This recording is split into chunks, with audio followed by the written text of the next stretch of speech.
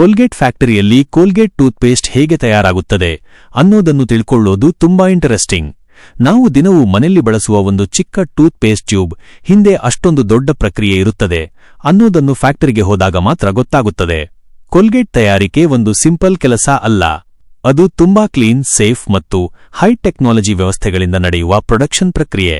ಫ್ಯಾಕ್ಟರಿಯೊಳಗೆ ಹೋಗುವ ಮೊದಲು ಎಲ್ಲ ಕೆಲಸಗಾರರು ಹೈಜೀನ್ ರೂಲ್ಸ್ ಫಾಲೋ ಮಾಡಬೇಕು.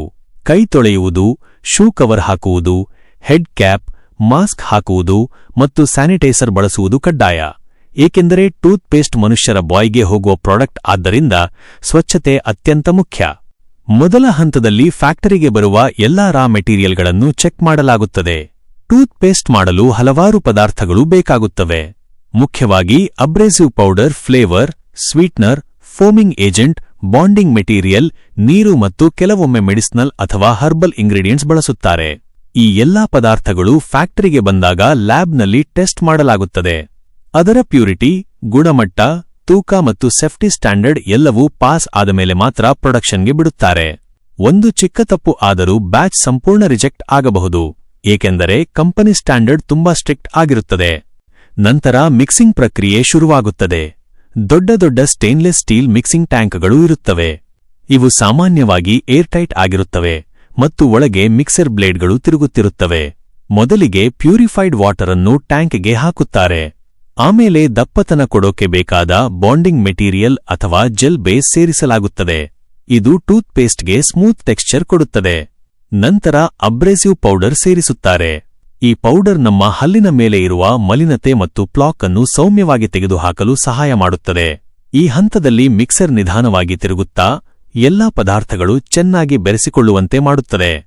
ಈ ಮಿಕ್ಸಿಂಗ್ ಪ್ರಕ್ರಿಯೆಯಲ್ಲಿ ಒಂದು ಪ್ರಮುಖ ವಿಷಯ ಎಂದರೆ ಟೂತ್ಪೇಸ್ಟ್ ಒಳಗೆ ಏರ್ ಬಬಲ್ಸ್ ಇರಬಾರದು. ಏರ್ ಬಬಲ್ಸ್ ಇದ್ದರೆ ಟೂತ್ಪೇಸ್ಟ್ ಟ್ಯೂಬ್ ಒಳಗೆ ಖಾಲಿ ಜಾಗ ಕಾಣಬಹುದು ಅಥವಾ ಪೇಸ್ಟ್ ಸರಿಯಾಗಿ ಹೊರಬರುವುದಿಲ್ಲ. ಅದಕ್ಕಾಗಿ ಫ್ಯಾಕ್ಟರಿಯಲ್ಲಿ ವ್ಯಾಕ್ಯೂಮ್ ಮಿಕ್ಸಿಂಗ್ ತಂತ್ರಜ್ಞಾನ ಬಳಸುತ್ತಾರೆ. ವ್ಯಾಕ್ಯೂಮ್ ಮಿಕ್ಸಿಂಗ್ ಅಂದ್ರೆ ಟ್ಯಾಂಕ್ ಒಳಗೆ ಗಾಳಿ ಕಡಿಮೆ ಮಾಡಿ ಮಿಕ್ಸಿಂಗ್ ಮಾಡುವುದು. ಇದರಿಂದ ಪೇಸ್ಟ್ ತುಂಬಾ ಸ್ಮೂತ್ ಆಗಿ ಏರ್ ಇಲ್ಲದೆ ತಯಾರಾಗುತ್ತದೆ. ಇದೇ ಟೂತ್ಪೇಸ್ಟ್ ಗುಣಮಟ್ಟಕ್ಕೆ ಒಂದು ದೊಡ್ಡ ಕಾರಣ. ಮಿಕ್ಸಿಂಗ್ ಆದ ನಂತರ ಫ್ಲೇವರ್ ಮತ್ತು ಸ್ವೀಟನರ್ ಸೇರಿಸಲಾಗುತ್ತದೆ. ಟೂತ್ಪೇಸ್ಟ್ಗೆ ಪುದೀನಾ ಅಥವಾ ಬೇರೆ ಫ್ರೆಶ್ ಫ್ಲೇವರ್ ಬರುವುದು ಈ ಹಂತದಲ್ಲಿ. ಸ್ವೀಟನರ್ ಎಂದರೆ ಶುಗರ್ ಅಲ್ಲ, ಸೇಫ್ ಆಗಿರುವ ಫುಡ್ ಗ್ರೇಡ್ ಸ್ವೀಟನರ್ ಆಗಿರುತ್ತದೆ. ಇದರಿಂದ ಟೂತ್ಪೇಸ್ಟ್ ಸ್ವಲ್ಪ ಮಧುರವಾಗಿರುತ್ತದೆ ಮತ್ತು ಬಳಕೆ ಮಾಡುವಾಗ ಒಳ್ಳೆಯ ಫೀಲ್ ಕೊಡುತ್ತದೆ. ನಂತರ ಫೋಮಿಂಗ್ ಏಜೆಂಟ್ ಸೇರಿಸುತ್ತಾರೆ. ಇದರಿಂದ ಬ್ರಷ್ ಮಾಡುವಾಗ ಫೋಮ್ ಬರುತ್ತದೆ. ಫೋಮ್ ಅಂದ್ರೆ ಕ್ಲೀನಿಂಗ್ ಆಗುತ್ತಿದೆ ಅನ್ನೋ ಭಾವನೆ ಕೊಡುತ್ತದೆ ಮತ್ತು ಮಲಿನತೆ ಹೊರಗೆ ಹೋಗಲು ಸಹಾಯ ಮಾಡುತ್ತದೆ. ಇದಾದ ನಂತರ ಟೂತ್ಪೇಸ್ಟ್ನ ಕಲರ್ ಮತ್ತು ಲುಕ್ಗೆ ಸಂಬಂಧಿಸಿದ ಕೆಲಸ ಮಾಡುತ್ತಾರೆ. ಕೆಲವು ಟೂತ್ಪೇಸ್ಟ್ಗಳಲ್ಲಿ ವೈಟ್ ಪೇಸ್ಟ್ ಮಾತ್ರ ಇರುತ್ತದೆ. ಕೆಲವು ಪೇಸ್ಟ್ನಲ್ಲಿ ಗ್ರೀನ್, ರೆಡ್ ಅಥವಾ ಬ್ಲೂ ಸ್ಟ್ರೈಪ್ಗಳು ಇರುತ್ತವೆ. ಆ ಸ್ಟ್ರೈಪ್ ಮಾಡೋದು ಕೂಡ ಮೆಷಿನ್ ಮೂಲಕವೇ.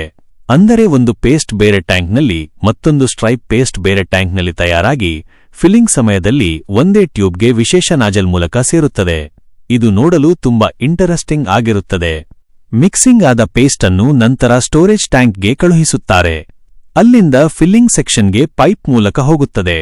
ಈ ಪೈಪ್ಗಳು ಕೂಡ ಕ್ಲೀನ್ ಆಗಿರಬೇಕು ಮತ್ತು ಫುಡ್ ಗ್ರೇಡ್ ಆಗಿರಬೇಕು. ಫಿಲ್ಲಿಂಗ್ ಸೆಕ್ಷನ್ ಅಂದ್ರೆ ಟೂತ್ಪೇಸ್ಟ್ ಅನ್ನು ಟ್ಯೂಬ್ ಒಳಗೆ ತುಂಬುವ ಜಾಗ. ಇಲ್ಲಿ ದೊಡ್ಡ ದೊಡ್ಡ ಆಟೋಮ್ಯಾಟಿಕ್ ಮೆಷಿನ್ಗಳು ಇರುತ್ತವೆ. ಮೊದಲು ಖಾಲಿ ಟ್ಯೂಬ್ಗಳು ಮೆಷಿನ್ಗೆ ಬರುತ್ತವೆ. ಅವುಗಳನ್ನು ಸರಿಯಾದ ರೀತಿಯಲ್ಲಿ ಹಿಡಿದು ನಿಖರ ಪ್ರಮಾಣದಲ್ಲಿ ಟೂತ್ಪೇಸ್ಟ್ ತುಂಬಲಾಗುತ್ತದೆ. ಪ್ರತಿಯೊಂದು ಟ್ಯೂಬ್ಗೆ ಒಂದೇ ಪ್ರಮಾಣ ಹೋಗಬೇಕು.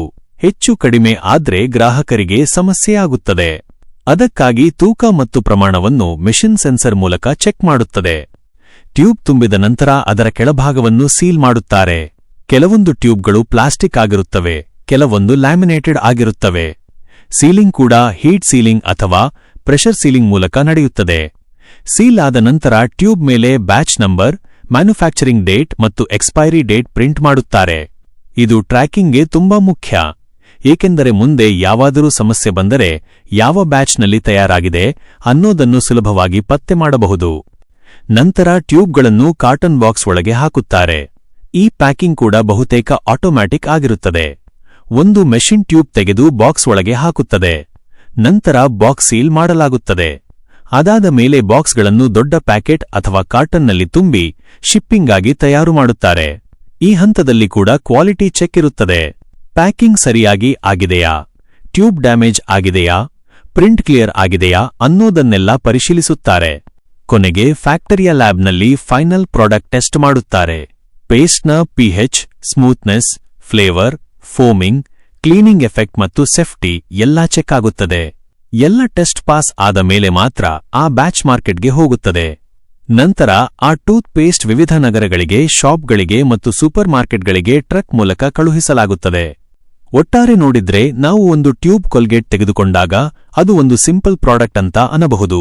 ಆದರೆ ಅದರ ಹಿಂದೆ ದೊಡ್ಡ ತಂಡ, ಸೈನ್ಸ್, ಹೈಜಿನ್, ಟೆಕ್ನಾಲಜಿ ಮತ್ತು ಕ್ವಾಲಿಟಿ ಕಂಟ್ರೋಲ್ ಇದೆ. ಈ ಪ್ರಕ್ರಿಯೆ ತುಂಬಾ ಡಿಸಿಪ್ಲಿನ್ ಮತ್ತು ಪರ್ಫೆಕ್ಷನ್ ಜೊತೆ ನಡೆಯುತ್ತದೆ. ಅದಕ್ಕಾಗಿ ಕೋಲ್ಗೇಟ್ ತರಹದ ಕಂಪನಿಗಳು ವರ್ಷಗಳ ಕಾಲ ಜನರ ನಂಬಿಕೆ ಉಳಿಸಿಕೊಂಡಿವೆ. ಇವತ್ತಿನ ದಿನ ನಾವು ಬ್ರಷ್ ಮಾಡುವಾಗ ಒಂದು ಕ್ಷಣ ಈ ಫ್ಯಾಕ್ಟರಿ ಪ್ರಕ್ರಿಯೆ ನೆನಪಿಸಿಕೊಂಡರೆ, ಒಂದು ಚಿಕ್ಕ ಟೂತ್ ಪೇಸ್ಟ್ ಟ್ಯೂಬ್ ಕೂಡ ಎಷ್ಟು ದೊಡ್ಡ ಸಿಸ್ಟಂನಿಂದ ತಯಾರಾಗುತ್ತದೆ ಅನ್ನೋದನ್ನು ಅರ್ಥ ಮಾಡಿಕೊಳ್ಳಬಹುದು.